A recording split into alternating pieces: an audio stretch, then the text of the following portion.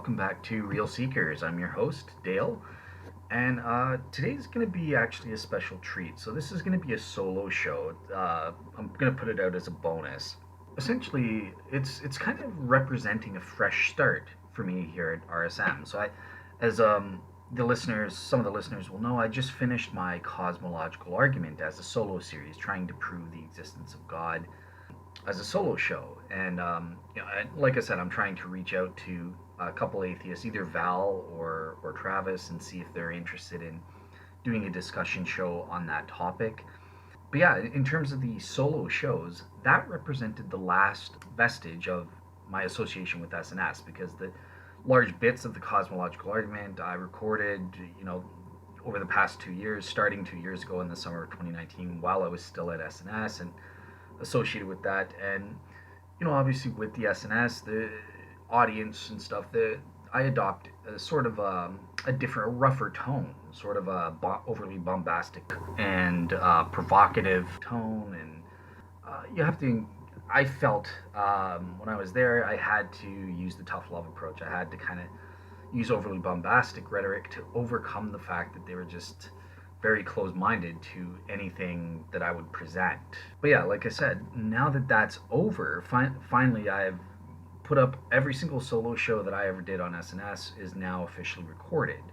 I still have some SNS shows, so I'm still associated with SNS in some of the discussion shows that I've done, and I'll post those up. Those are in the archive and that sort of thing. But in terms of solo shows, I made it. I'm finished. So it's totally brand new in terms of what I want to do with my solo shows at Real Seekers.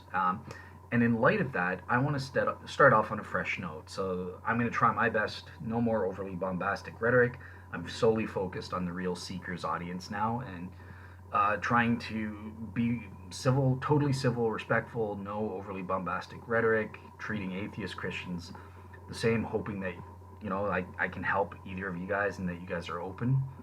And to kind of signal that, I wanted to reopen my Shroud series, my Shroud solo series, and start doing, every now and then throw in a new solo show on the evidence for the Shroud of Turin and my argument for that, because as some people will know, I started that up on SNS, and I was only able to get out 10 parts, and then eventually, for one reason or other, David Johnson was my partner at that time, and he didn't want me to keep doing the Shroud topic. He felt it was drawing in too much attention, and he didn't want it taking away from other topics. He didn't want SNS to just be a Shroud site, and I respect that. I don't like being a one topic person either. So because we were partners, I had to respect his wishes, and I stopped. But there were some Christians in the audience back at SNS that really liked, such as Robert Parr, a person who's always been there, a great friend to me, and he's always been respectful and a good mentor and that sort of thing. So he really liked my Shroud series, and he's always mentioned to me how much he wanted me to keep going with it, but obviously I couldn't, because I had to respect my partner's wishes at that time. We were a team, so I can't just do whatever I like. But now it's at Real Seekers. I'm the boss. I'm the only one in charge. So I figured it would be a great way to kind of signal this fresh start that I want to employ, at least with my solo shows, and afterwards in the discussion shows once the SNS shows are all posted. But with the solo shows, this is a fresh start. And what better way to signal that than let me get back into that solo series. Let me finish off my Shroud series over time to, whenever I can post it and stuff like that. So that's what I want this to signal. And it's a gesture of respect to my friend Robert Parr, who's a great Christian friend and mentor. So yeah, with that said, let's get into it. Okay, so picking up from where we left off in part 10 of our solo Shroud series, from 3 years ago or something like that, we were going over the case that the Shroud's image formation is in fact miraculous, not necessarily supernatural, but miraculous. They serve as a sign from God, and they fulfill my criteria for something's being what I called a G-belief authenticating event. Fancy word, just means a religious authenticating event. It's an intelligently designed event by God for the purpose of attesting to the truth of Christianity. That's what we're trying to prove. And in I think part 6 in this series, that's where I go over, and that's just based on memory. This is where I go over my criteria in part B. So the major steps are: number 1 was criterion A. We have to establish what are the minimal relevant features of my minimal relevant feature approach to studying the Shroud of Turin. And in parts 4 and 5, I went over the various features that I'm using, things like the body image superficiality, three-dimensional information, the body image uniformity, all of that good stuff, all of the facts that are minimally relevant to establishing our case. Then we started getting into criterion B. That's where we prove that the event is extraordinary. And finally, we will get into criterion C, and that's where we establish the specification, the religious context that provides an expectation for there to be a miracle by God in the first place. And where we are at the moment, we're in the bulk. We're in criterion B. We're trying to establish the extraordinariness of the Shroud's minimal relevant features that we established in part A.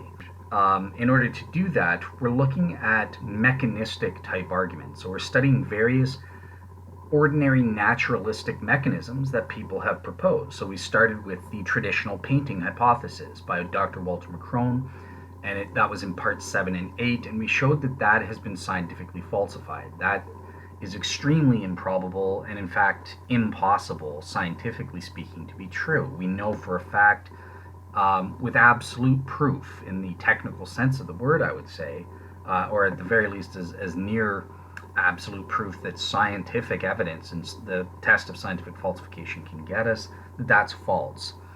Then in parts 9 and 10, we looked at 3 powder rubbing and or dusting image forming mechanisms. So that of Joe Nickel, who was the first to come up with it, Craig and Barisi in the mid 90s with their dusting technique, and then finally the most recent in 2008, 2009, around there, with Dr. Luigi Garlascelli, the chemist, who has produced through his sort of frottage method the closest artistic replicas of the Shroud to date.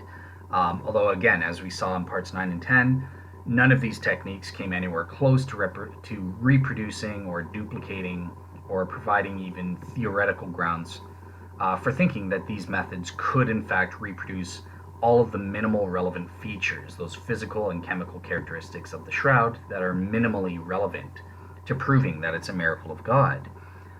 So in this part, I want to move on to the next big category, and again, it's an umbrella category, as I call it, in terms of image forming mechanisms, and that is, I want to go to what is called the medieval photograph or proto-photographic type techniques. And there are, as I said, this is an umbrella category, so there are a bunch of different methods.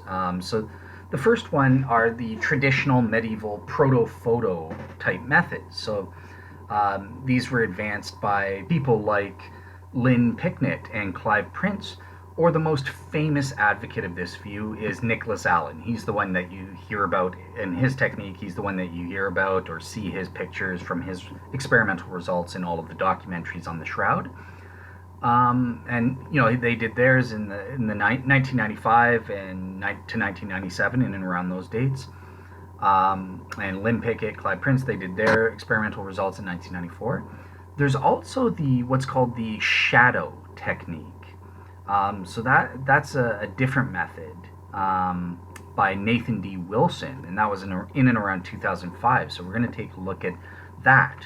And then finally we have the solar reflex model by Serge Mouraviev, and that was again in the late 1990s. So those are the 3 main categories. We have the proto-photo methods, the shadow technique, and then the solar reflex models that are included in this medieval proto-photograph umbrella category of image forming mechanism. So yeah, let's just take a quick look at what each of these models entail.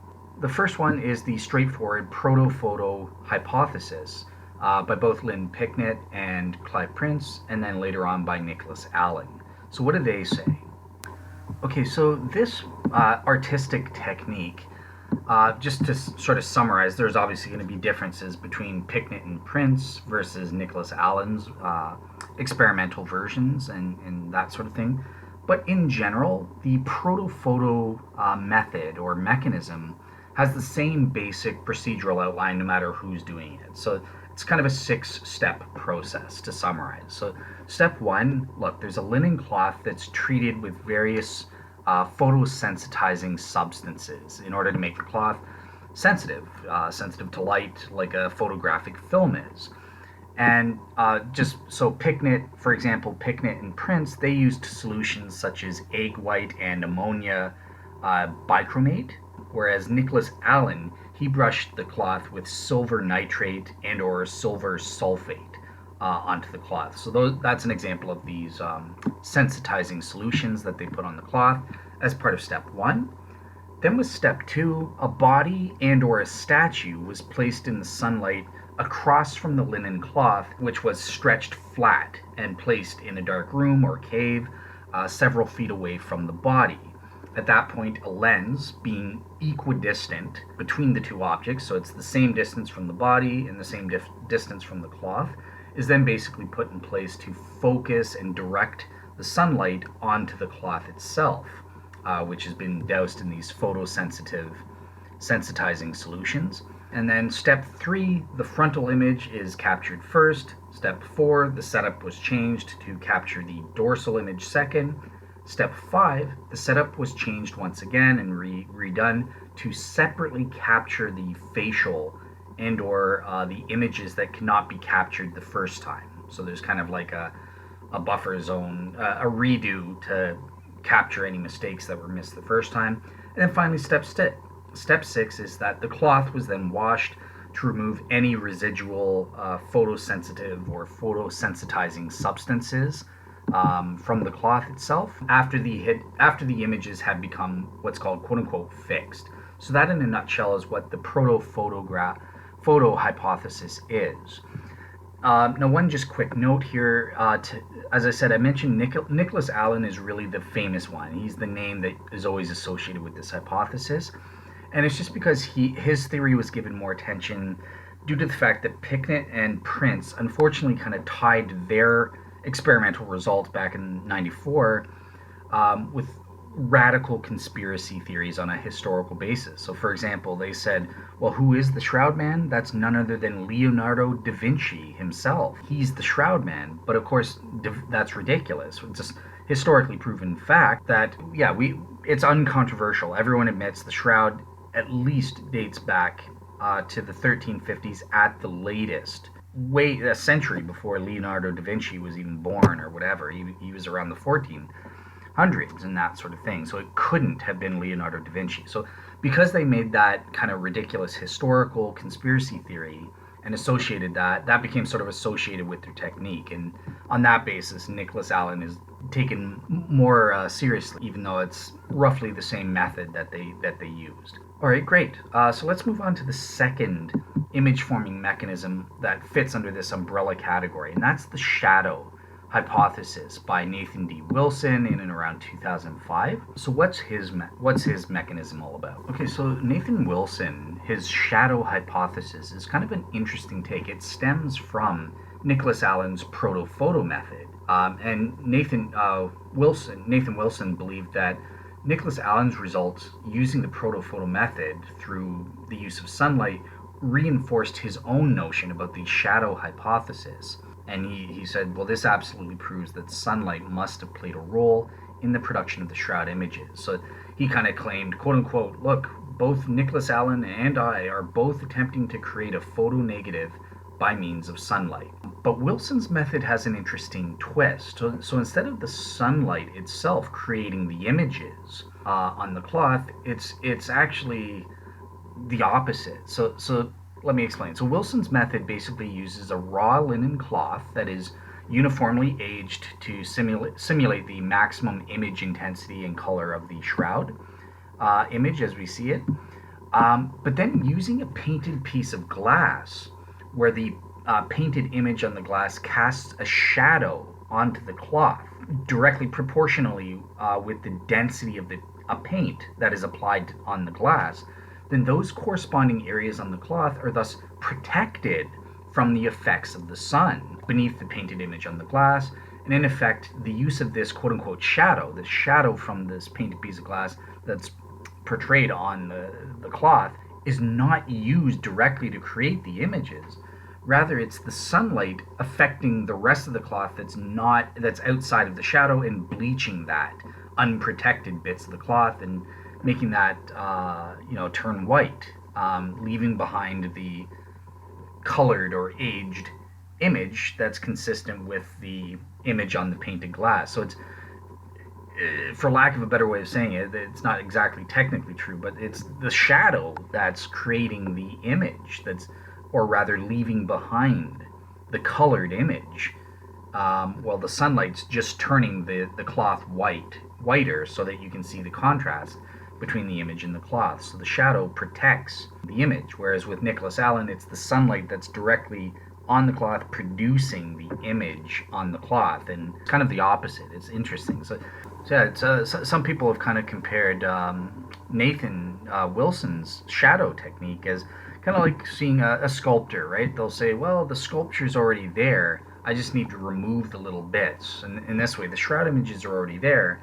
I just need to remove the rest of the yellow cloth and turn the rest of the cloth white to reveal the shroud images that are already there, as covered up by the shadow from his painted glass or something. So it's kind of an interesting technique for sure. Nick Wilson describes his technique in terms of his scientific experiment in 4 phases. So he does, phase 1, a lineup of faces would be painted on glass with white paint, placed over linen and exposed beneath the sun for differing periods of time. So different artists and non-artists would paint the faces, and various paint thicknesses would be used as well. This is going to be relevant for tridimensionality. And the goal of this phase was basically just to select the single painting that produced the best comparable images to the shroud. And on that front, he selected a window painting that was developed in less than an hour by David Beauchamp, who wasn't even an artist. But yeah, so basically that initially produced an image which aligned parallel to the sun's path and was exposed for 10 days. Phase 2, the Beauchamp painting would expose 2 additional images. The first image would be exposed perpendicular to the sun's path, and as temperatures dropped and the summer was fading, it would be left exposed for 15 days. So the second image would be exposed beneath a stationary sun lamp for approximately 140 hours. Phase 3, then, is that all of the images created would be photographed in the studio of Marc Lamar for comparisons of the negatives, and the tridimensionality of a faux shroud image would be compared to that of the actual Shroud of Turin itself. So then phase 4, he finishes off. It was found that even a crudely painted piece of glass could produce a photonegative image with 3-dimensionally encoded information onto the linen.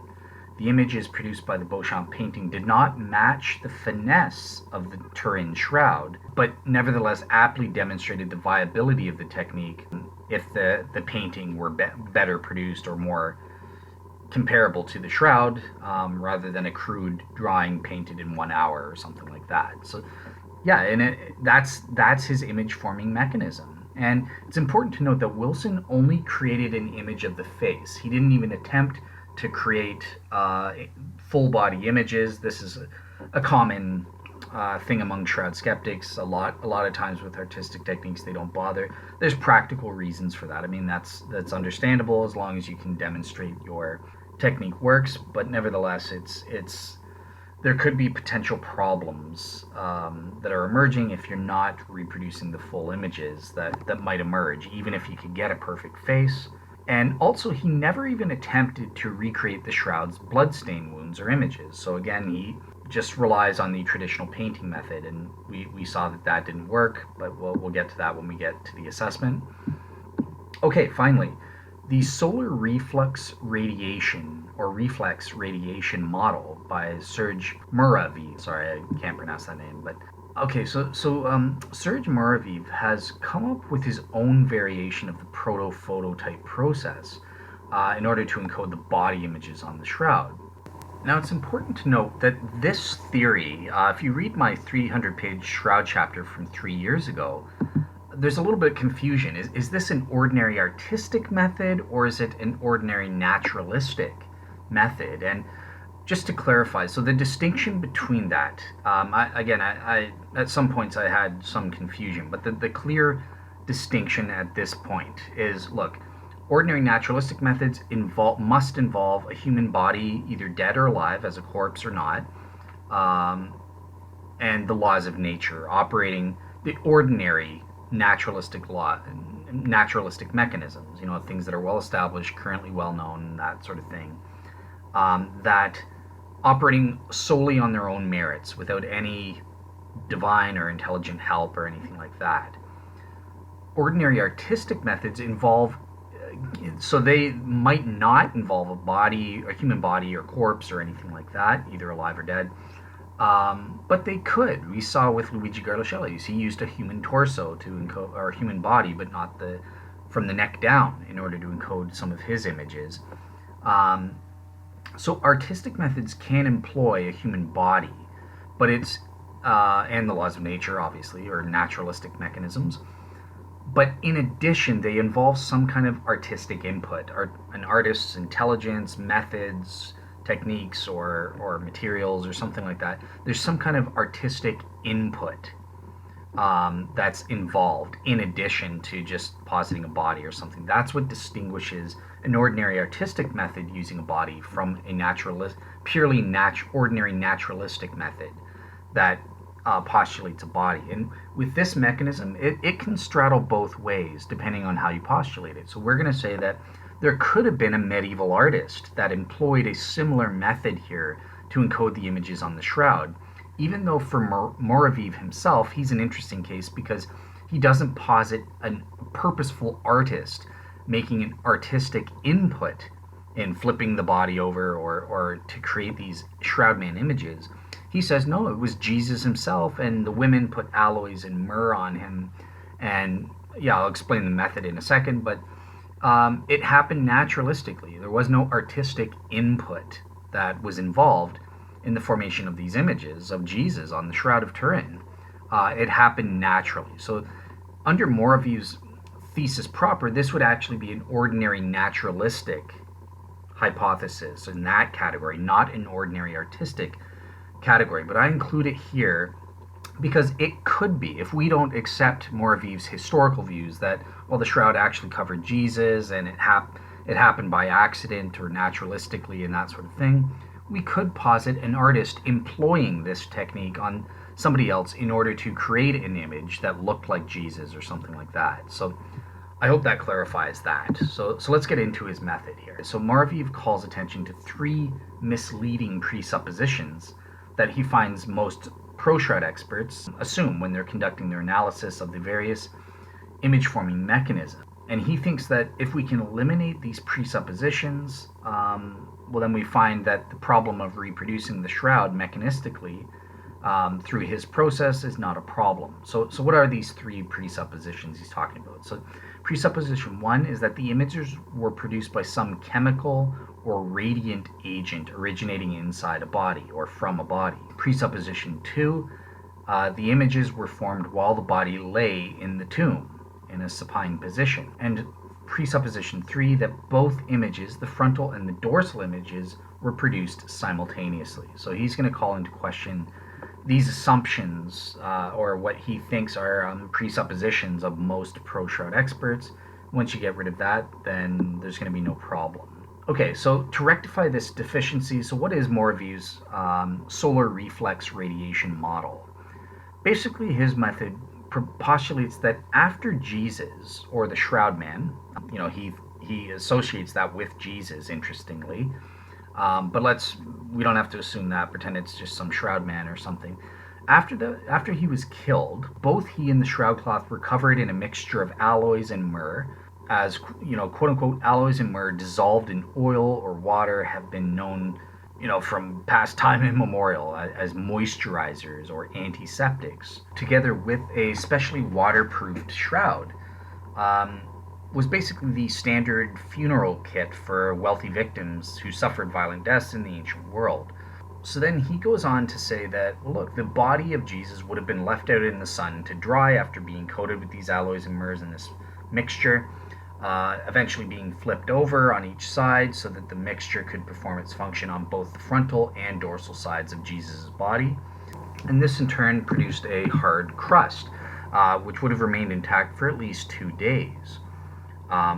Waterproof crust there. So, yeah, one of the immediate benefits of this over and against the other mechanisms in this proto-photo umbrella category of mechanism is that there's no longer a need to really understand how the pluridirectional diffusion or emission of the images could have been produced on a complex surface, with the optic quality, which really requires the focalizing lens or a beam of strictly parallel sun rays and a flat surface. So this method kind of overcomes the need for those kind of mechanisms, which really speak to it needing to be an ordinary artistic method. This allows for there to be a naturalistic method that even says, hey, it could have been Jesus himself. Now, understand, it doesn't need to be Jesus. His historical postulations aren't necessary for this mechanism to be true. It could have been a body in the medieval period or something like that.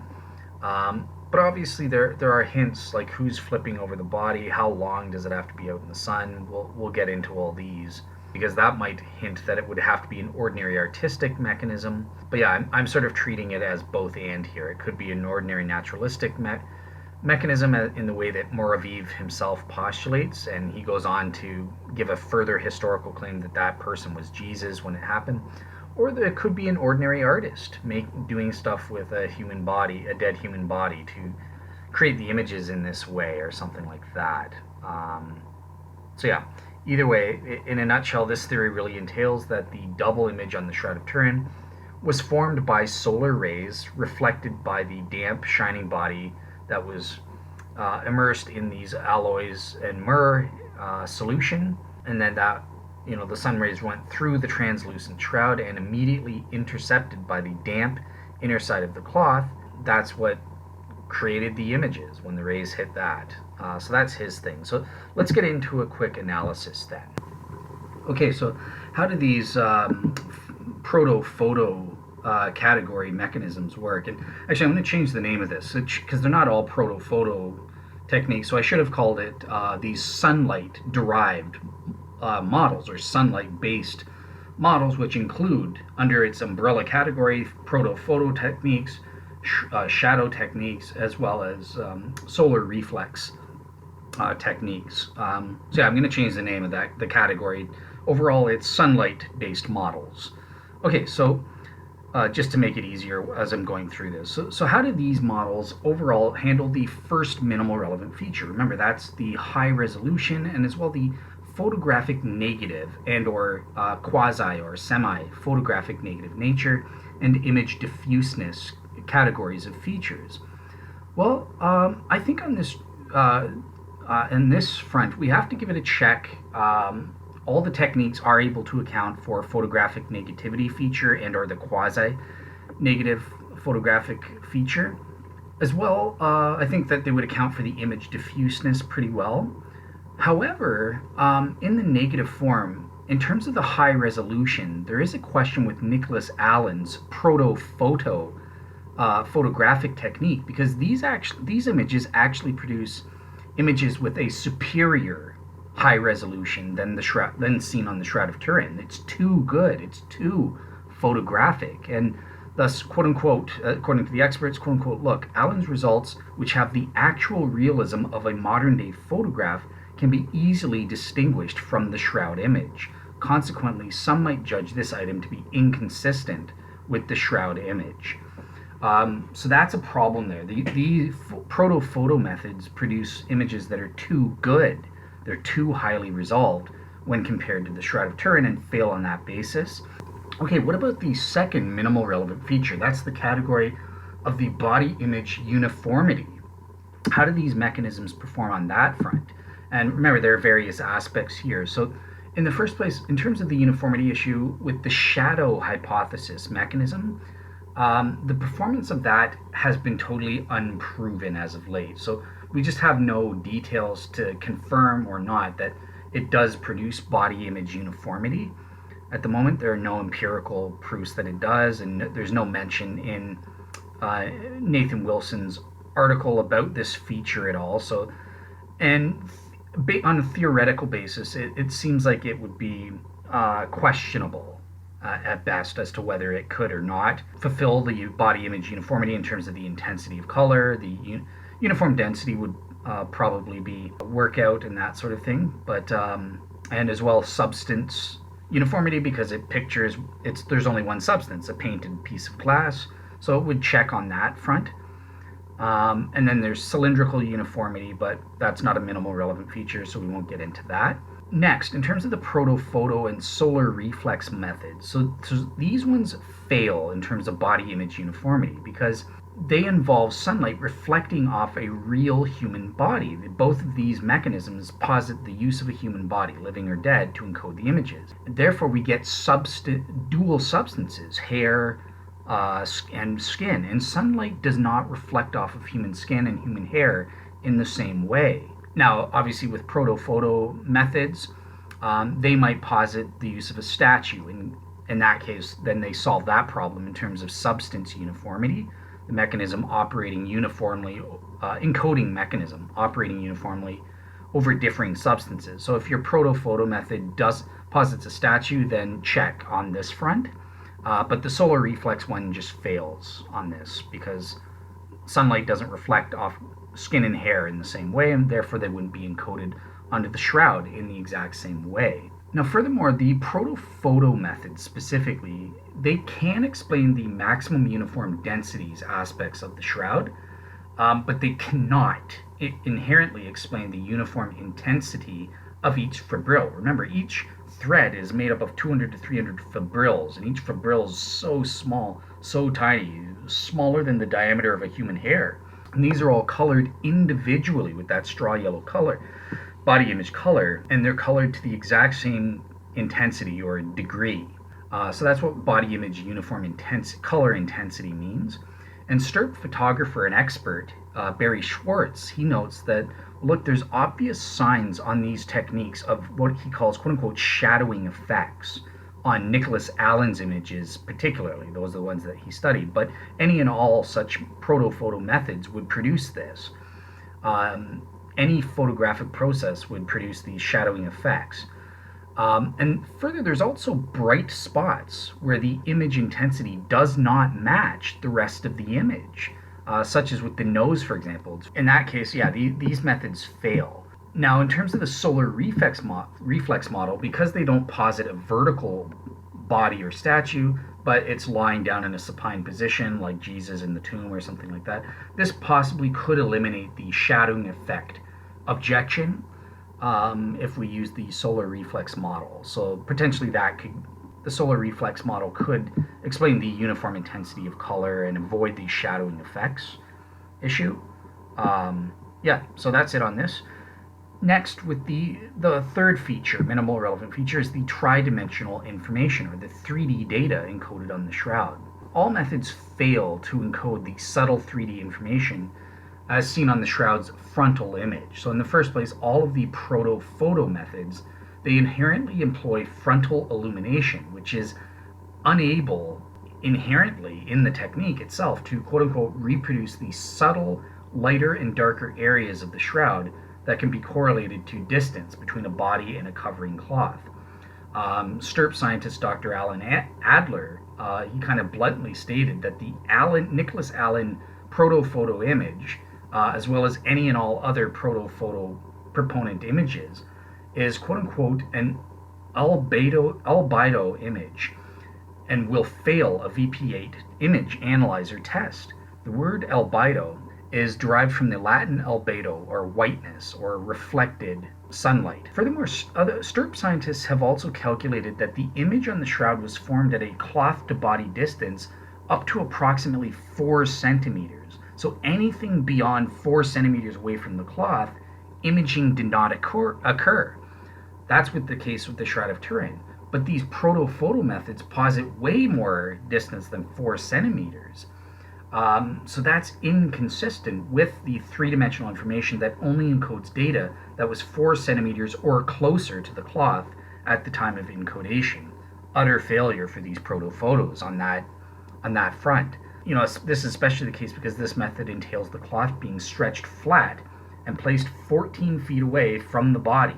All the points of the body would almost come out the exact same distance. So from the cloth over that period, over that level of distance for the encodation mechanism to operate there. So that would only translate to being approximately 1 out of 1,740 closer to the cloth in the resultant image densities. So the image densities wouldn't be the same, therefore they wouldn't be able to convey the three-dimensional information as the Shroud of Turin actually does.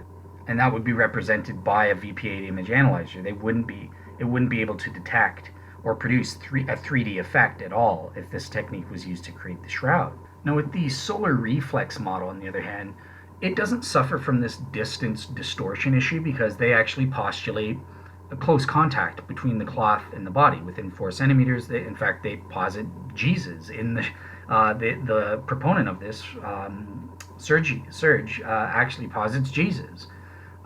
So it doesn't have this same issue. However, there are some issues in terms of encoding the 3D data because, quote unquote, look, the smaller amount of light falling on the body and the somewhat longer paths of the sun rays reflected by the non-horizontal surfaces of the body, together with the attenuating effect of the intervening medium, so that's the not fully transparent solution of spices. Remember, the sunlight goes through the transparent cloth but gets trapped by the non-transparent spices. So the problem here is, look, this kind of theory, this solar reflex theory, has yet to be adequately tested in this regard to see how it works. And even according to Mouraviev himself, who's the proponent of this model, even he admits, look, further experimental confirmation is required before any firm confirmation can be made about this mechanism's ability to do the to encode three-dimensional data. So at best, this is a questionable status. We don't know if it fulfills it or if it fails to fulfill this feature. Okay, finally, what about the shadow hypothesis? How does that handle the three-dimensional data? So this technique can indeed produce some pseudo three-dimensional data, nothing comparable to the shroud, just like what we saw with the bas-relief techniques. They can encode some 3D data, but it's not a true likeness of the shroud's true three-dimensional data.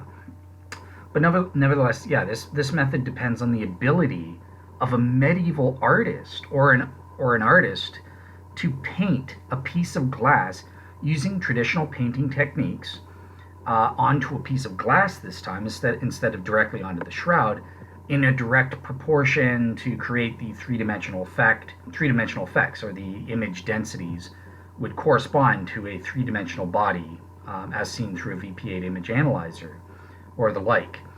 And we saw from the painting hypothesis in parts 7 and 8, when we assessed Walter Macrone, that this is just very unlikely. In fact, it's scientifically impossible. We've done experiments with expert forensic artists.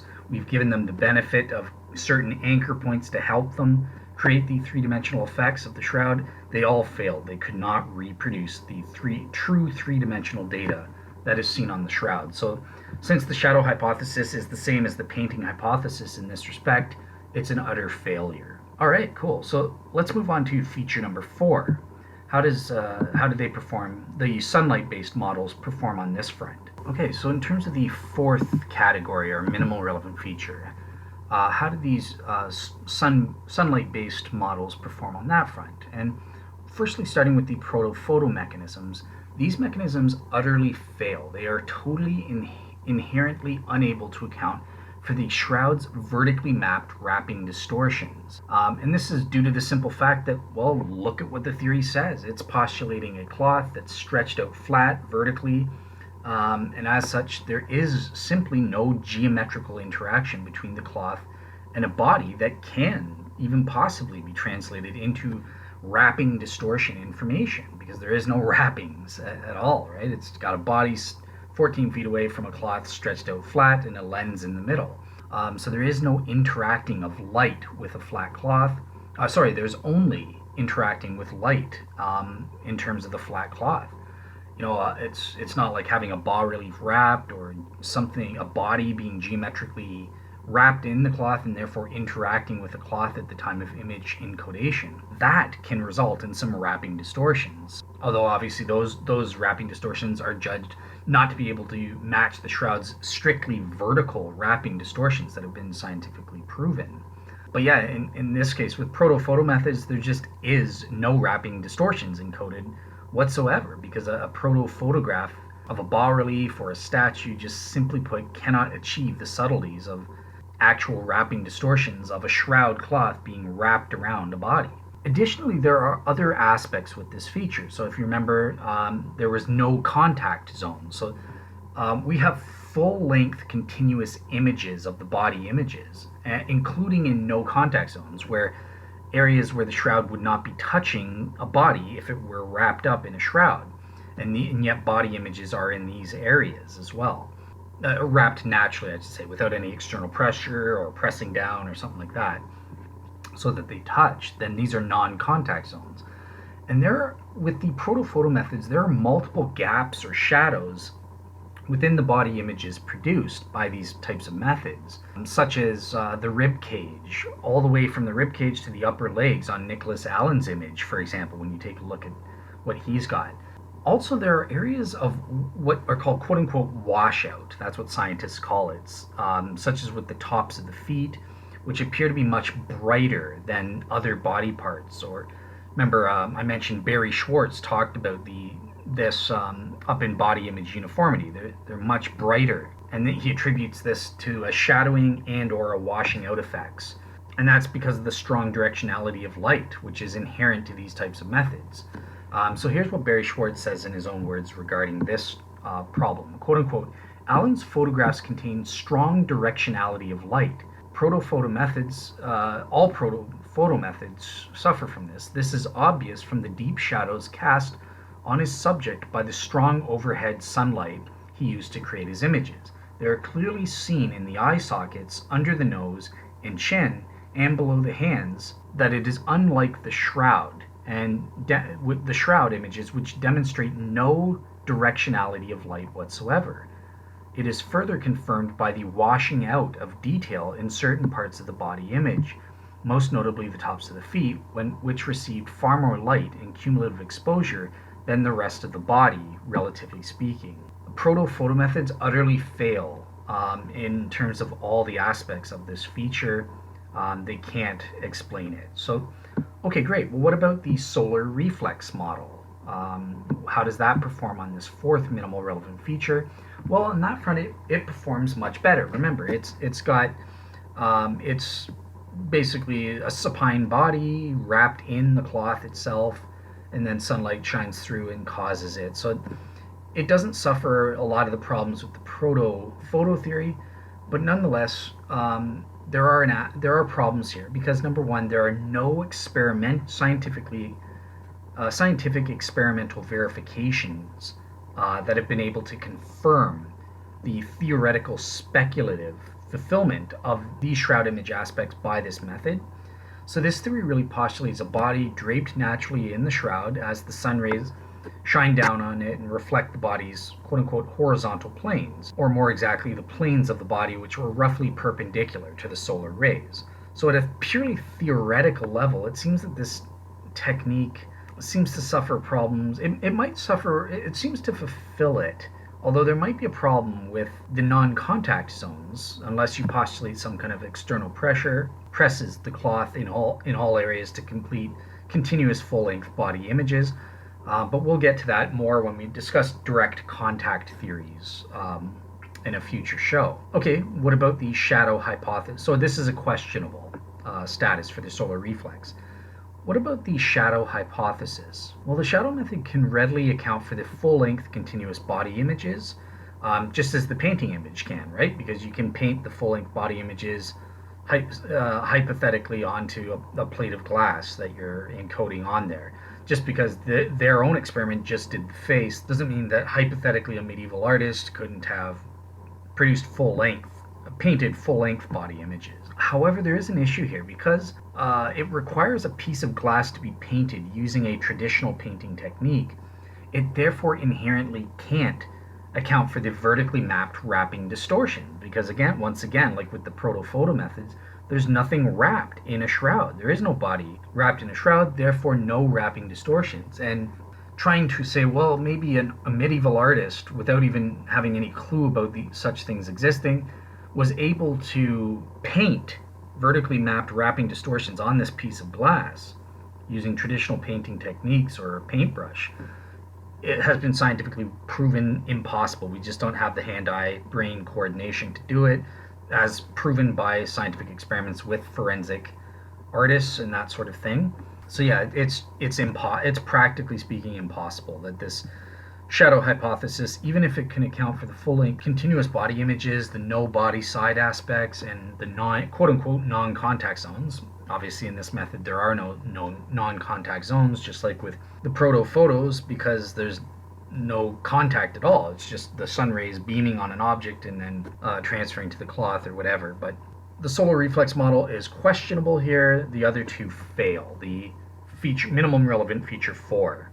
Okay, so what about feature 5, body image superficiality? Okay, so you remember here this is the body image superficiality as well, the no cementation or capillary flow feature, and finally the image is non-saturated. It's not as dark as it could be. So how does the Proto-Photo methods do on this front? And on this front, Barry Schwartz, again, Shroud expert, chastises Nicholas Allen and all such Proto-Photo methods for using various quote-unquote light-sensitive emulsions, because these would have had to be coated on the entire shroud in a semi-viscous liquid or a gelatine form, and these would have in turn penetrated deep into the fibers of the cloth. Other shroud and stirp scientists have also chimed in on this front and said, look, these methods, quote-unquote, involve treating the cloth with silver nitrate or some other emulsion to make the cloth sensitive to light like a photographic film. However, any such emulsion when applied to the cloth would be pulled into the cloth by capillary action, and thus would sensitize more than just the micro-thin superficial surface of the cloth. A cloth is simply not like the solid surface of a photographic film. So on that front, I think that these mechanisms fail to explain the superficiality and non-capillary flow or non-cementation between the body image fibrils aspect of the shroud. Another issue, beyond the non-saturation, there was also another issue that wasn't a minimal relevant feature, but I wanted to mention it was the double superficiality, so that there's superficial images on the backside of the face, at least, and or frontal image possibly. And if that's true, again, it's not a minimal relevant feature, so this won't count against the Proto-Photo methods, but I'm just saying if we did later on in the future establish the truth or veracity of the double superficiality, these methods would be utter failures. No medieval artist in the history of mankind why would you encode the face on the front and back of the front side of the cloth? That doesn't make any sense. No one would do that. But again, the double superficiality aspect isn't an issue, so it doesn't count. Whether, you don't have to come up with an explanation as to why he double encoded superficial images of the face or frontal image. Bottom line is the non-cementation and superficiality aspects are failed by Proto-Photo methods. Secondly, the solar reflex model does attempt to address this issue. They say, look, the superficiality of the imprint could be linked to the presence of a thin crust. Once those in the sun, once those alloys and myrrh mixture Jesus' body was wrapped in was dried, and or a body if a medieval artist made this. And these are used as the precondition to the shroud and would be slow to evaporation. It would take about 2 days. So yeah, basically this dry outer border of this crust and the double exposure to the sun rays reinforcing it acted as kind of a screen that reflected the rays, and they couldn't trespass deeper into the cloth, and therefore their energy accumulated there on the surface, probably in the form of extra heat or something like that.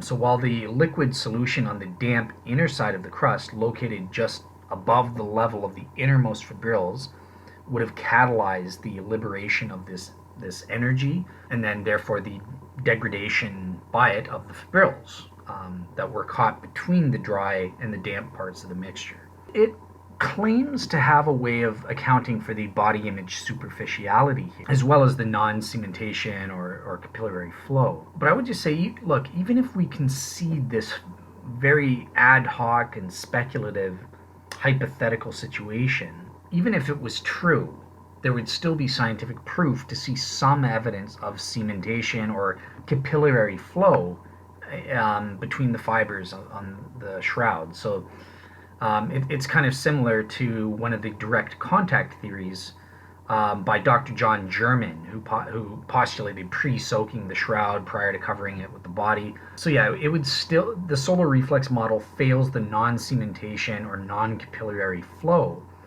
aspect of these shroud images, even if we grant that it could somehow get the superficiality through this very ad hoc supposition that Serge is giving here. Okay, finally, what about the shadow hypothesis? Well, when Nathan Wilson was required to address the superficiality question, he did answer it. He proposed, quote unquote, that his method would require sun bleaching of the back of the cloth in order to remove color from threads and fibers through the depth of the cloth to finally leave just a superficial image on the front. He further suggested that this approach would lead to the quote unquote desired superficiality on the image side of the cloth. Okay, so that's his supposition here. What do we think of it? So in the first place, it's historically implausible to think that a medieval artist would even want to produce these desired superficiality effect, right? It's very ad hoc and a post hoc rationalization. We know today scientifically, because it's been proven since 1978, that the images are body images are superficial. But why on earth would a medieval artist who can't scientifically prove anything, no one would ever know that the images are superficial, to posit that he purposely in his head came up with a way to make superficial images, which is required? This is, this would have to be a conscious effort on the medieval artist's part to flip it over and bleach the back of the cloth to get rid of the colored thread. I think that that's too much. That's unreasonable in my opinion and very improbable to be true. But let's say that he was trying to do that. Would it work? Let's pretend he did try to lead to the superficiality effect and knew about it and knew he was going to prove in the 20th century to a bunch of people he was some kind of medieval genius that knew about modern scientific technology and stuff like that. Or being more charitable, maybe that was just an accidental, unintended side effect. For whatever reason, he wanted to flip it over and make the cloth look white, except for the body image areas or something like that. So yeah, that is actually historically plausible. Maybe, yeah, he wanted both sides of the cloth to look white or something like that, except for the body images, so he had to bleach the other side. But even if he did do that, it would still not produce the superficiality effect. It wouldn't even work. Doing this wouldn't lead to superficial images. It's very improbable that it would. Because with the backside sunlight bleaching over the full extent of a frontal and dorsal image, it would just not produce the effect. Remember, there are multiple layers of body image superficiality. When we covered this in part 4, when we covered the body image superficiality aspect of the Shroud's images, they're superficial on 3 levels. At the fabric level, yes, so it's not on the reverse side. So maybe this method can explain that at a fabric level. But what about at the microscopic level, on the thread level? Only the top 2 to 3 fibrils are colored. What would account for that on this? You can't use a shadow to do that in terms of bleaching the backside of the cloth, only up to the 2 to 3, making sure you still keep the 2 to 3 top fibrils. Or what about the superficiality at the fiber level? Only the primary cell walls. So you're saying you could bleach a fiber's diameter is smaller than a human hair. You can bleach all of that up to just the primary cell wall that's colored on the other side, leaving that colored on each of the 2 to 3 fibrils of the 200 fibrils that make up a single thread.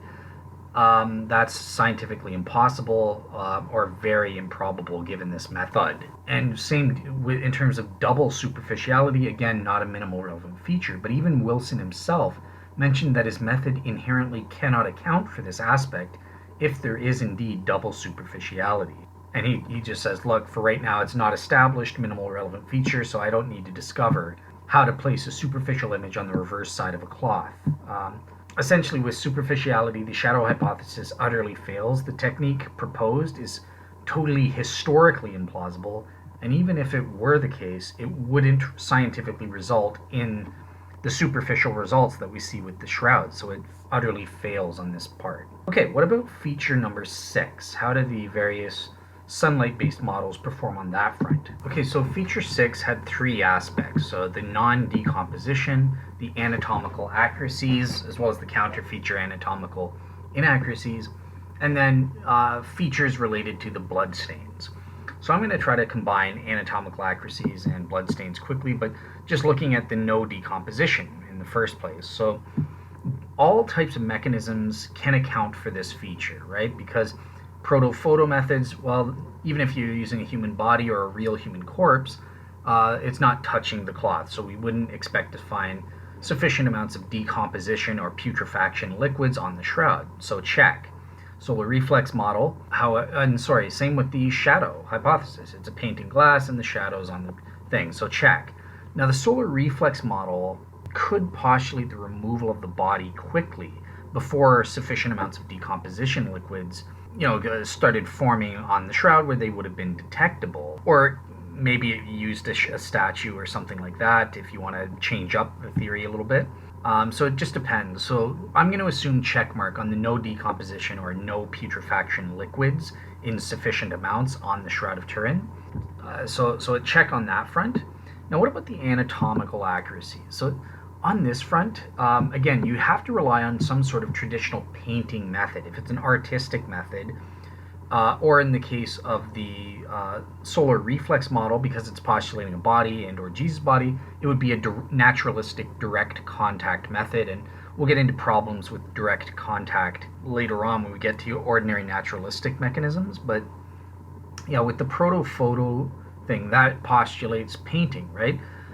Now, there are various features here. So in the first place, it would be nearly impossible for a medieval artist to photograph wounds, especially the cloth is, slathered in this emulsion.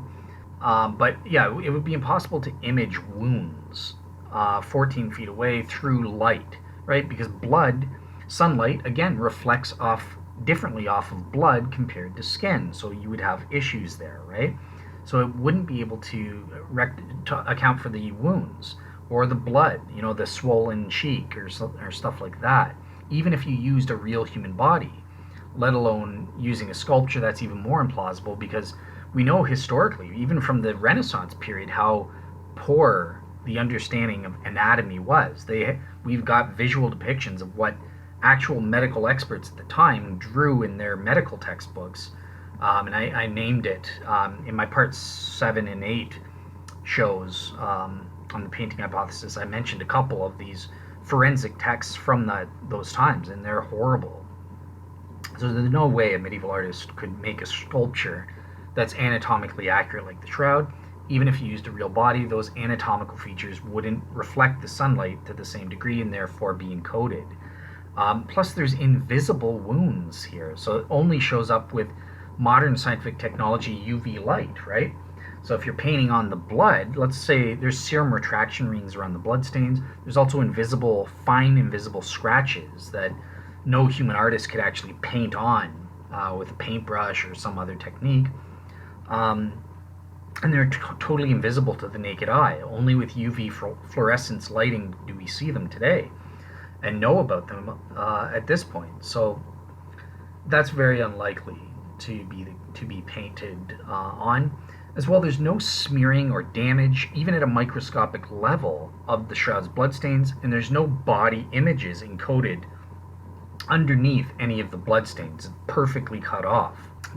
Given our hand-eye brain coordination, that's impossible to paint. If you're painting with paint for the bloodstains or with blood itself, and that explains the serum retraction rings or something like that.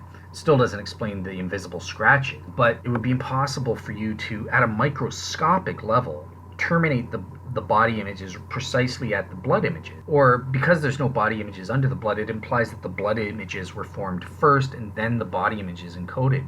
How would that work? Would you put a dead body in and get the blood stains on the cloth and then precisely align your corpse and your lens so as to fit and match precisely where the wound should be with the blood stain? That's impossible in my mind. It's, for all intents and purposes, scientifically falsified and impossible that something like that would have happened. So it's an utter failure here. It doesn't account for it, and there's other issues as well. And if you say that the blood stains were encoded, either painted or through direct contact with a real human body, thereby accounting for the accuracies of the blood stains at least, and then the body images were encoded, well, that's impossible too under these proto-photo methods, as well as the shadow method or whatever. These proto-photo methods, because you have to wrap the cloth in this, drench it in this emulsion, right? Where you're putting silver nitrate or solutions or some other kind of mixture, wet, viscous, gelatin-like solution, and that would damage some of the blood stains or smear some of them, but that none of the blood stains are smeared or damaged, even at a microscopic level, on the Shroud of Turin. So that falsifies this thesis as well. So take a look at my part 7 and 8 on the traditional painting hypothesis, which is where I go in the most detail about these bloodstain images. The shadow hypothesis I'm talking about here, where they paint on the glass. You'd have to paint your body images in such a way as to leave gaps or areas for the blood stains on an already existing cloth. That's impossible. Just like with the Proto-Photo, you couldn't align it properly like that.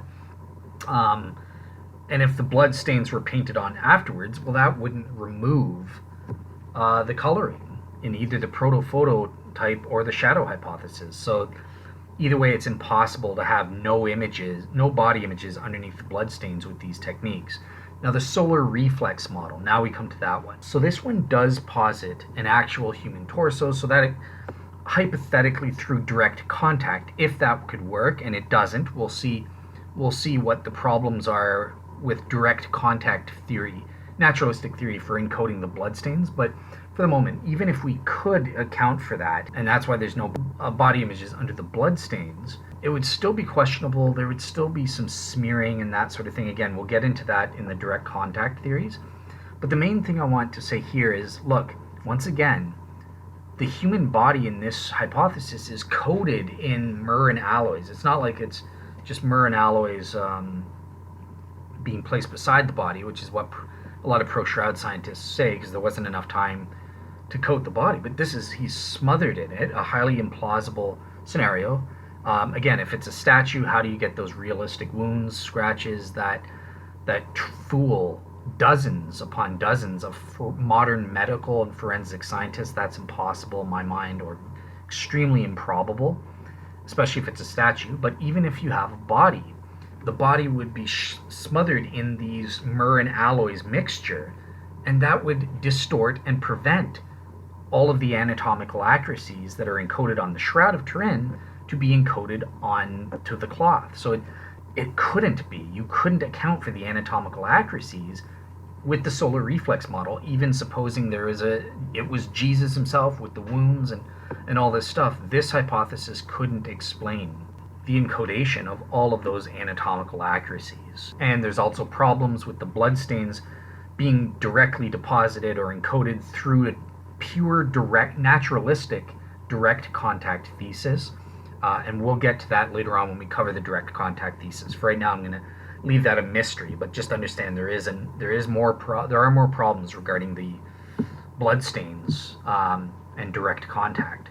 Additionally, in terms of the Proto-Photo, going back to the Proto-Photo type deals with Nicholas Allen, for example, one of the main objections against him is, look, it's just simply impossible to encode full-length body images here because the body is simply not reflective of light, reflective enough to transfer the entirety of the anatomically accurate body images.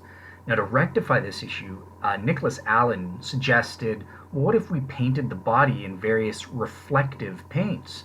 That would solve the problem, wouldn't it? and that way I could get full-length body images, which is part of our feature 4 that we discussed above, but I didn't mention this part here. Because, so let's say we did that, and that fulfills the full-length body images. But if you cover the body in various reflective paints, well, then you cover up most of the anatomical details, like the invisible scratches and scourge wounds that only show up with ultraviolet invisible fluorescence lighting techniques and scientific technology. So this doesn't work either. And one last final note with the Proto-Photo methods. Think about it. So it might work if we posit a dead body, that's questionable, or a statue, right? But if it's a live body, that's impossible, physically impossible to be the case if the physical human body is playing the role here. Because think about it, it has to stand in this position, awkward position, where it's on one upraised leg for like 4 to 8 days to encode this image in the sunlight, having it reflected on it. That's physically impossible for any human being to do. And yeah, it's problematic otherwise, but so I just wanted to throw that out there. So that's it in terms of this feature. So let's move on to the 7th and final minimal relevant feature in all of its multiple aspects. Which aspects speak to the truth or falsity of these types of sunlight-based mechanism. Okay, so there are essentially 3 of the additional features. Minimal relevant feature number 7, which covers the other additional properties of the shroud: physical, optical, spectral, chemical, and or other properties of the shroud. So there are 3 that apply here to these sunlight-based theories. So the first one is additional feature number 3, whereby photomicrographs and samples show that the body image's color is a result of concentrations of yellow to light brown fibers, while the solar reflex model refers to the experimental results of, punts to this experimental results of Sebastiano Rodante, who is under the direct contact hypothesis. And he says, look, the cloths were soaked in a water or oil solution of alloys and myrrh, and that exposed to the action of solar rays, after about 5 minutes, take on a superficial color of brown sepia. Now, obviously, this color conflicts with the straw yellow to light brown color discovered to make up the shroud's body images.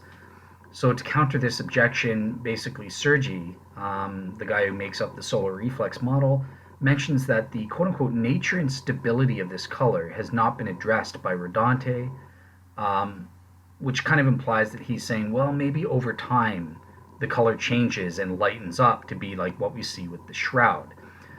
So this is just the pure ad hoc, post hoc rationalization on his part, and I assign a questionable rating for the solar reflex model in terms of explaining the yellow to light brown coloring of the fibers on the shroud's body image fibers. Okay, next we have additional feature number 6, which is basically stating the microchemical evaluation has indicated that there are no evidence, evidence for any spices, oils, or any other biochemical or organic substances which are known to be produced by and are associated with a human body in life or in death.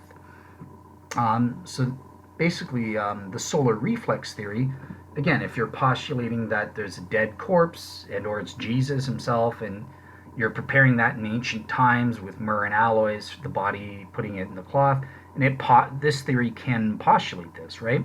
And where the body and the cloth were both soaked in these alloys and myrrh, but yet there's 0 traces of these types of substances on the linen today. And they should have been in 1978, when all those scientific instruments were and chemical experiments were done. It should have picked up something. It's impossible and very unlikely that all such traces would have oxidized or completely decomposed over 2,000 years, or if it's the medieval period, since the medieval times, there would still be detectable traces of these substances on it, especially given the fact that both the cloth and the body would have had to have been soaked in these in order for the solar reflex theory to be true. So that falsifies on a balanced probability this theory.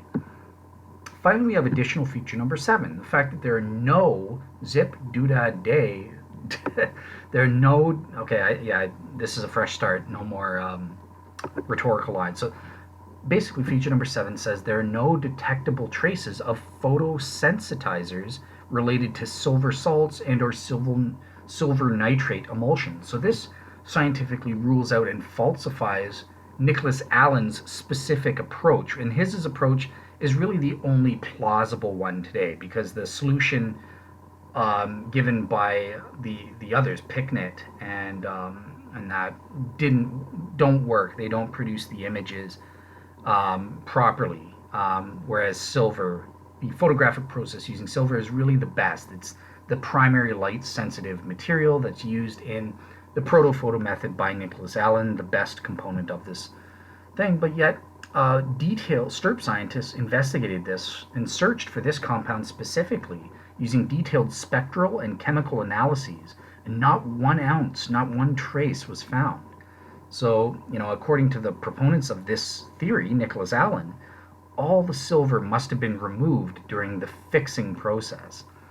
But then that raises another problem, because the chemicals used to quote unquote fix the image and make it permanent would only remove the unused silver.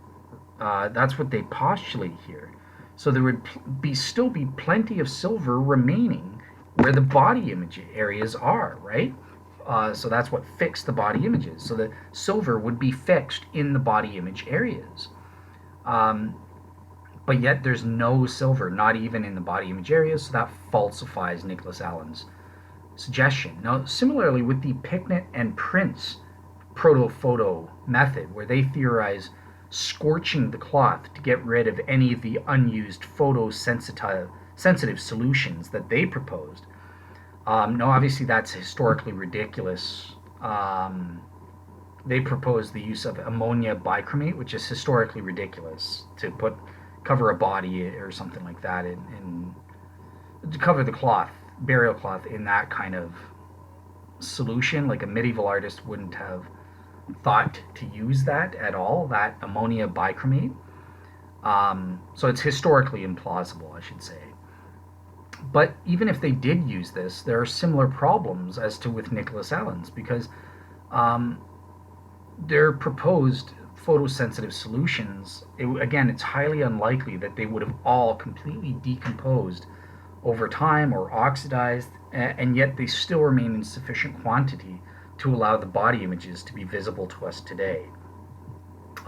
That's very improbable and ad hoc on their part. Okay, great. So let's do our overall assessment of these theories in light of the best explanation inference criteria and make our cumulative case conclusion here. So the first criterion is plausibility, whereby the hypothesis must be implied by, or at least consistent to a greater degree, by a greater number of other accepted truths via our background knowledge. So with respect to the Proto-Photo theories, these are deeply implausible. So in the first place, let's pretend if such a process was used to create the Shroud images, then there would be no known examples of this method in all of artistic history apart from the Shroud. Some medieval genius was able to come up with something that no other artist in human history was able to think of until the 20th and 21st centuries.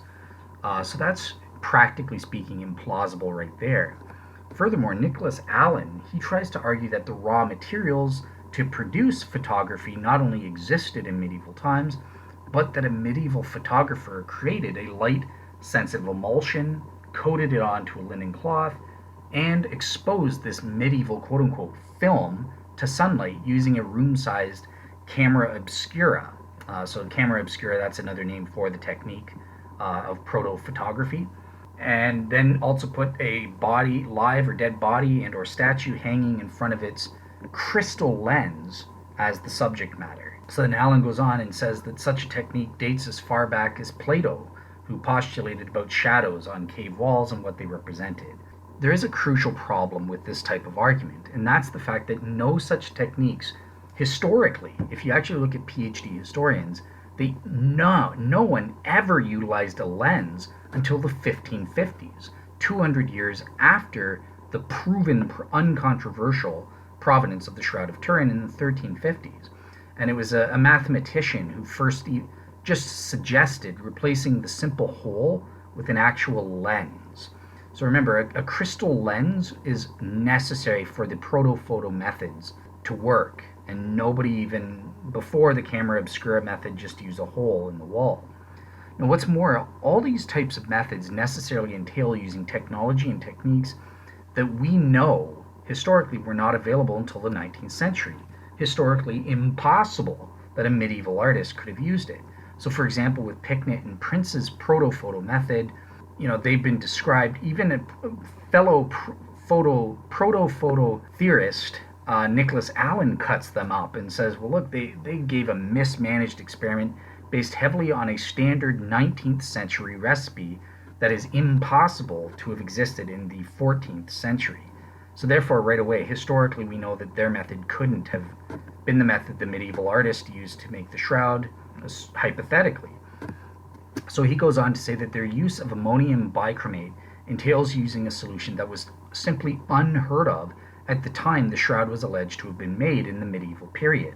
But what about Allen? He doesn't get off the hook here, because likewise, Allen's own theory suffers from this same critique, in that it requires a lens with specific specifications which could not possibly have existed prior to the 19th century. So yeah, what's good for the goose is good for the gander. Allen's theory is also historically impossible to be true.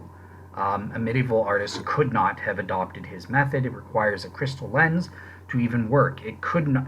There's no proto-photo method that would even come close to working based on the technology of the medieval period using something similar to this technique, such as using a hole in the wall. You just can't get close. You need that crystal lens, but that crystal lens didn't exist until the 19th century. Finally, I should also mention that, look, Allen goes to great lengths to say that the only plausible solution for photosensitizing agents must pertain either silver nitrate or his silver sulfite. But even he himself admits that he could only document the use of silver chloride during the Middle Ages, a solution that is completely useless for his type of technique. So historically, it's implausible that they even knew what silver sulfite or silver nitrate was. It didn't exist in medieval times, and therefore his total technique fails. It's important to note that these historical implausibility arguments aren't unique or specific to Nicholas Allen and or Piknett's and Prince's theory or techniques. This is endemic. This is applicable to any and all proto-photo hypotheses or techniques that could possibly come close to reproducing these Shroud of Turin's images. Like I said, the technique itself inherently requires technology that didn't exist until the 19th century. So it doesn't matter, what version of the theory. If you want to say, well, maybe there's a third guy and he did a little bit better. No, everyone who attempts a proto-photo theory will inevitably and inherently have to use 19th century or later technology to get the job done.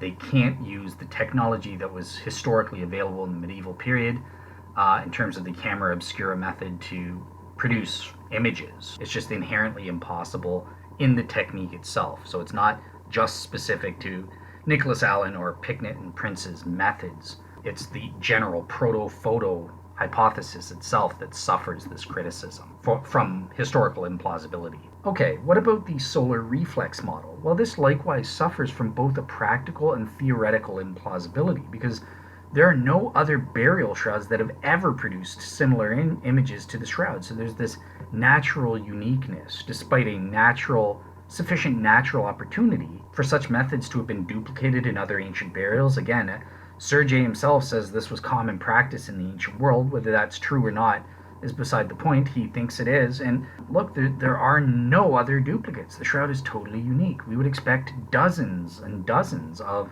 other examples of burial shrouds with similar images if this is how it was produced from ancient burials. Likewise, it's also highly implausible, given our background knowledge, to imagine that sun rays were reflecting off of a human body, including both skin, hair, and blood, without the need to coat the body in some kind of reflective enhancing substance or something like that. But again, if once you posit that inevitably interferes with the fulfillment of creating those anatomical accuracies and totally messes you up in terms of body image uniformity aspects of the shroud. What about the shadow hypothesis? Well, this also is implausible because it requires that an artist be able to paint on glass all of the realistic wounds and anatomical features which are present on the Shroud Man. And as we saw with the traditional painting hypothesis in parts 7 and 8, that's simply impossible and or extremely proven beyond reasonable doubt to be implausible. Okay, great. The next criterion is explanatory scope. Well, as we saw, the Proto-Photo theories fail to create an entire image, so they don't account for feature 4, the full-length body completed or in continuous body images, at least not without having multiple attempts all fitted together, but then this just produces an unnatural looking image, so it contradicts, it can't explain both the continuous full-length body images and the high-resolution images. So it fails on that account. They also fail because to account for many of the features such as vertical mapping, the 3D, uniform intensity, such as we saw. In terms of the shadow hypothesis, well, this likewise fails to account adequately for multiple features like the 3D info, the vertical mapping, and image superficiality. And finally, all three methods, including the solar reflex method, fail to account for encoding the bloodstains entirely. They're not able to account for that. So yeah, in terms of the explanatory scope criterion, as pro-shroud expert Barry Schwartz puts it, quote unquote, look, any attempt at recreating an image like that on the Shroud of Turin must match all of the physical and chemical properties of the original, not just a few. And that is so apt to the lack of explanatory scope of these types of theories, these sunlight-based or derived theories. Okay, in terms of explanatory power, so this refers not to the quantity of facts or features that a theory can explain, but the quality. How well does it fit? Does it require effort, or is there any ambiguity or vagueness with it? And on this front, all three theories fail to have explanatory power. They can't account for multiple details that we saw above during our assessment, and therefore fail the explanatory power criterion right away. Additionally, the solar reflex model seems to perform slightly better than the other two types of mechanisms, but is nonetheless still vague on many details. There are a lot of questionable areas, so that leaves some vagueness or ambiguity as to its performance on explanatory power, such as with the fulfillment of the 3D information there. And due to this lack of experimental attempts to verify how well this technique performs in reproducing this feature, I think that it definitely fails the explanatory power criterion. Furthermore, there's also an ambiguity in the ability of an artist using either a proto-photo technique to utilize a dead body over an extended period of time to produce the desired effects. That seems to lack explanatory power alongside being implausible, which we didn't mention in the plausibility section, but great. Okay, what about less ad hoc, the final criterion, the criterion of simplicity, where the hypothesis that employs the least amount of unproven, non-evidenced assumptions is the best. And this is a bonus criterion, but it says, look, it taxes the imagination to envisage some kind of medieval artist would, have had the understanding of all these photographic principles, let alone the knowledge and skills to incorporate them into work. That's a huge assumption. Even the hyper Shroud skeptic Joe Nickell complains about the Proto-Photo method, and he says, quote unquote, let me just quote the Shroud skeptic on this front. In this affront to Occam's razor, Nicholas Allen and the Proto-Photo hypothesizers proposed that the medieval forger actually invented photography. Specifically, he suggests the forger used a camera obscura, or dark chamber, or pinhole camera technique, one the size of a room, but newly outfitted with crystal lenses. The newly invented film would be a linen sheet treated with silver sulfite or silver nitrate.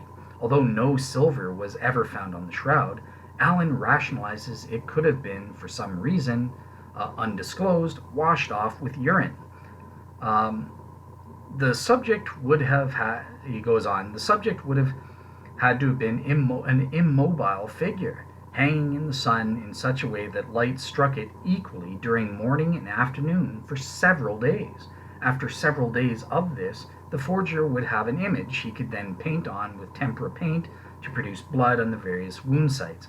Although even then the results would not be Shroud-like. I suggest that after the forger invented all this technology, which went unused and unknown for nearly the next 5 centuries, he could have invented the telephone and talked with others about it. Then he could have invented the automobile and driven to the Riviera for a much needed rest. With this absurdly ad hoc explanation of the Shroud's images, the Proto-Photo technique has played right into the hands of the Shroud propagandists. Shroud activists are no doubt laughing all the way to the cathedral when a Shroud skeptic proposes proto-photographic technologies and hypotheses. Sorry. So yeah, that's Joe Nickell, one of the ultimate Shroud skeptics himself, backing me up, saying that no, this is totally ad hoc. It's an affront to Occam's razor. So I think that's pretty devastating for the Proto-Photo techniques. Thank you to Shroud skeptic Joe Nickell for proving the pro-Shroud's case on this front. Okay, finally we have the solar reflex model, and that is ad hoc as well, because it has to assume that the people preparing the body for burial would precisely align the body's dorsal side with its frontal side when they coincidentally flipped it over in just such a way as to produce the images in the precise alignment that we see with the Shroud today. I don't believe that. It makes much more sense that the entire Shroud wrapped the body simultaneously, and that the images were produced simultaneously. So that's an ad hoc assumption here that makes the solar reflex hypothesis improbable, because they first did the front, then after some time they flipped them over and did the back, and the back images they would have rubbed his back and put that in the Shroud or whatever, right? And it just happens to precisely align as though, along with those vertically wrapped mapping distortions and stuff, in such a way as to line up as though it's the same as a human being wrapped in the Shroud. Both front and dorsal images were produced at exactly the same time, because it was wrapping the Shroud. The Shroud wrapped both of his back and front at the same time the images were formed. That's a lot less ad hoc than the solar reflex trying to say that somehow they precisely aligned both images by accident. They weren't trying. In Serge's model, right, he thinks it's Jesus, and the women weren't trying to produce Shroud images even, and yet they somehow magically aligned it. That it's impossible. Even if a medieval artist was purposefully trying to line them up, they wouldn't be able to perfectly match them, but let alone it just happening by accident, by flipping the body over and putting myrrh and aloes on it. That's very ad hoc, in my opinion. In terms of the shadow hypothesis, I'm neutral on this. So I didn't find any elements that were ad hoc about the shadow hypothesis, so I just gave it a neutral and or a pass if I'm being generous for the shadow hypothesis. So all right, great. That's it. That's our assessment of the ordinary artistic mechanisms based on using sunlight and or naturalistic in the case of Serge's why am I forgetting what it's called now? The solar reflex model. Could be artistic or it could be naturalistic depending on how you see it. Serge's model is purely ordinary naturalistic. But nonetheless, yeah, this category of sunlight-based models, where sunlight is the primary body image encoding agent, and in combination with either painting in the case of artistic things for the bloodstains, and or direct contact in the case of positing the solar reflex as a ordinary naturalistic hypothesis as opposed to an ordinary artistic hypothesis. So. Or with or a combination. Sometimes artistically it can be both painted and direct contact, a combination of both, as we saw with Luigi Garlascelli to try and explain the bloodstains. So yeah, that's our assessment. These theories are an utter failure. They are very improbable to be the explanations of the Shroud, and therefore, mechanistically speaking, in terms of an image-forming mechanism, these hypotheses are improbable to be true. And great, let's move on to the next image-forming mechanism, and it's going to be another ordinary artistic mechanism in our next show. So it's going to be related with heat, the scorching. All right, enjoy the day, and see you guys next time.